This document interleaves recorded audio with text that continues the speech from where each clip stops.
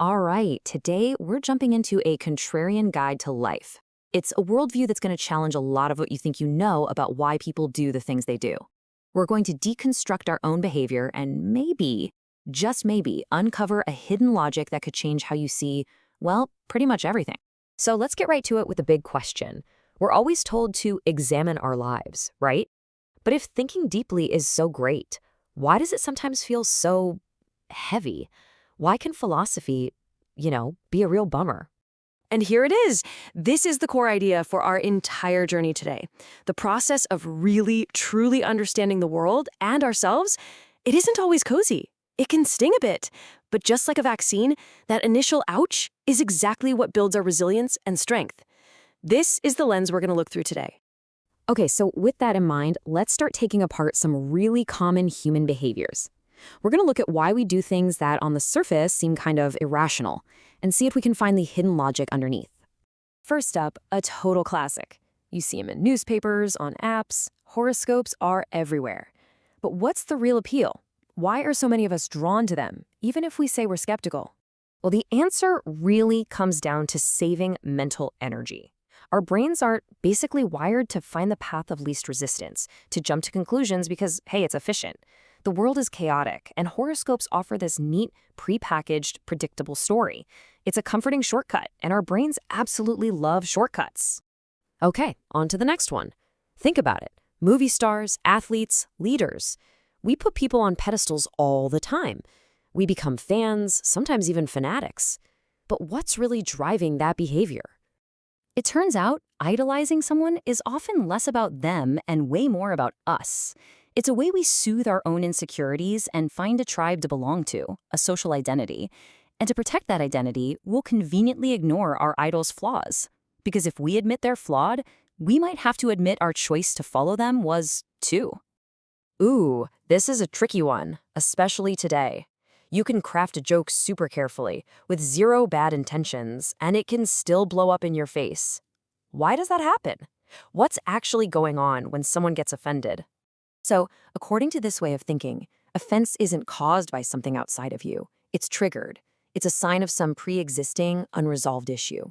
The joke doesn't create the wound. It just pokes it. And here's the fascinating part. This suggests that being overly sensitive can actually become a weakness, making people who are easily offended, well, easier to manipulate. So we've got horoscopes, idols, and taking offense. They all seem like separate little quirks of being human. But what if they're not random at all?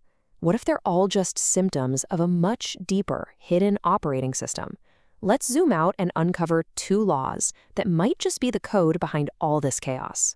Okay, this is the big reveal. The argument here is that a huge chunk of human behavior, everything from our beliefs to our social circles, can be traced back to two super powerful fundamental principles, borrowed right from the hard sciences. The first principle is entropy. You might remember it from physics class. It's the law of increasing disorder, how things tend to fall apart. Now, the argument here is pretty wild, that the collective purpose of all life, including us, is to act as agents of entropy. We take ordered things, like oil and food, and turn them into disordered things like heat and waste, speeding up the universe's natural slide into chaos. The second principle is signaling. This one comes from biology. Look, in a complex social world, we need shortcuts to figure each other out. Signaling is just how we broadcast information about ourselves, our status, our health, our wealth, without having to spell it all out. It's a way to reduce that mental energy, that cognitive load for everyone. And this illustrates the idea perfectly. A lion growing a big, heavy mane in the blazing African heat is basically showing off. It's a signal that says, I am so strong and healthy, I can afford to waste energy on this ridiculous, impressive hair. And a human wearing a crazy expensive watch, it is the exact same principle at work. It's a signal that you have resources to burn. So we have these two massive laws: entropy, our collective purpose, and signaling, our social game. Let's get to our final section and see how understanding these two things gives us a totally new and very practical definition of what it means to be successful. This is the payoff, right? If we accept this framework, that we live in a world run by entropy and signaling, then what does winning the game even look like? What should we actually be aiming for? The answer is incredibly simple and incredibly powerful. Success isn't about happiness or status. Not really. Fundamentally, it's about options. The more choices you have in your life about where you live, what you do, who you're with, the more successful you are. Period. So how do you get more choices? Simple, by having a clear-eyed view of how the world really works, those underlying laws we talked about, and then using that knowledge to create wealth. In this model, wealth isn't the goal itself.